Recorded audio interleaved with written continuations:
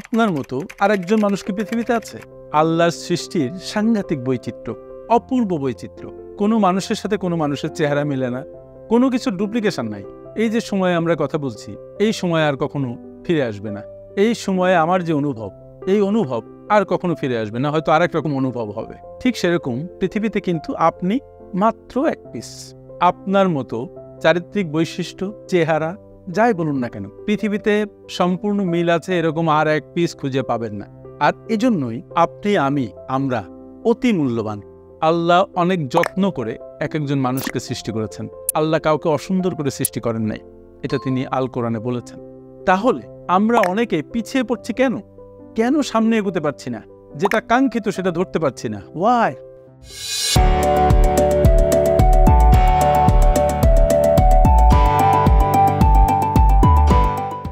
কারণ নিঃসন্দেহে আছে। প্রথম কারণ হচ্ছে আমাদের ধরতে ইচ্ছে করে না, আমাদের অর্জন করতে ইচ্ছে করে না। আবার আছে আমার অর্জন করতে ইচ্ছে করে, কিন্তু তার জন্য যেটুকু স্যাক্রিফাইস করা দরকার সেইটা করতে ইচ্ছে করে না। ওই যে বারবার আমি বলেছি যে আমরা বেহেশতে যেতে চাই কিন্তু মরতে চাই না, আমরা সফল হতে চাই কিন্তু কাজ করতে চাই না। বন্ধুরা, আজকে যারা আমার সাথে আছেন, যে যে বয়সের থাকুন না কেন, প্রত্যেকের মধ্যে অমিত সম্ভাবনা লুকিয়ে আছে। যতক্ষণ আপনি বেঁচে আছেন ততক্ষণই আপনার মধ্যে সম্ভাবনা কিলবিল করতে থাকে। বাট আমাদের ভেতরের যে ডিজায়ার, ওই সম্ভাবনাটাকে কাজে লাগাতে, সেই ডিজায়ার আমরা তৈরি করতে পারি না, তৈরি হয় না। আমরা ইনডিসিপ্লিনড লাইফ লিড করি, আমাদের সামনে কোনো ক্ল্যারিটি অফ পারপাস থাকে না। আমরা কি চাই সেটা বুঝতে পারি না। এখন চাই একরকম, দুদিন পরে চাই আর এক রকম, 2 মাস পরে চাই আর এক রকম। ফলে আমাদের মনের মধ্যে কোনো কিছু প্রপারলি শেপ নিতে পারে না।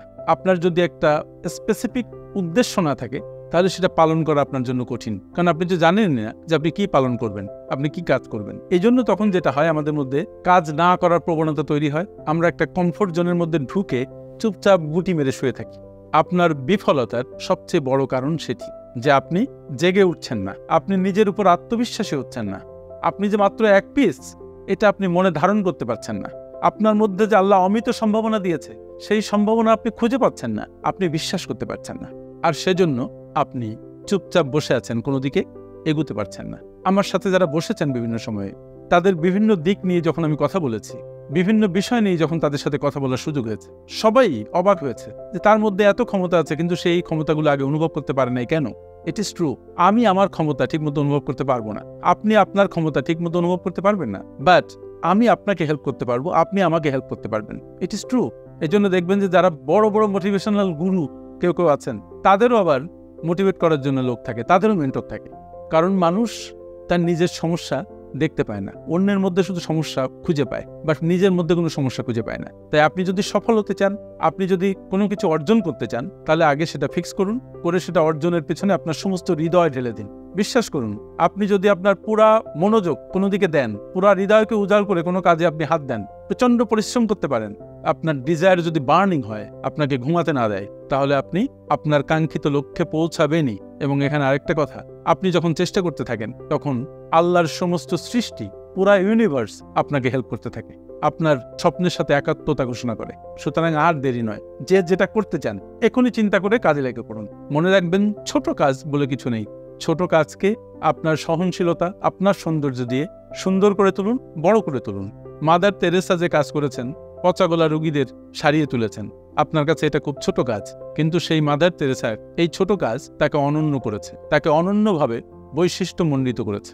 পৃথিবীর সবাই তাকে চিনে। সুতরাং আপনার কাজও ছোট না। Give your full heart, full passion, give your full effort. আপনার ছোট কাজ অনেক বড় কাজে রূপান্তরিত হবে এবং আপনি অনেক বড় মানুষে রূপান্তরিত হবেন।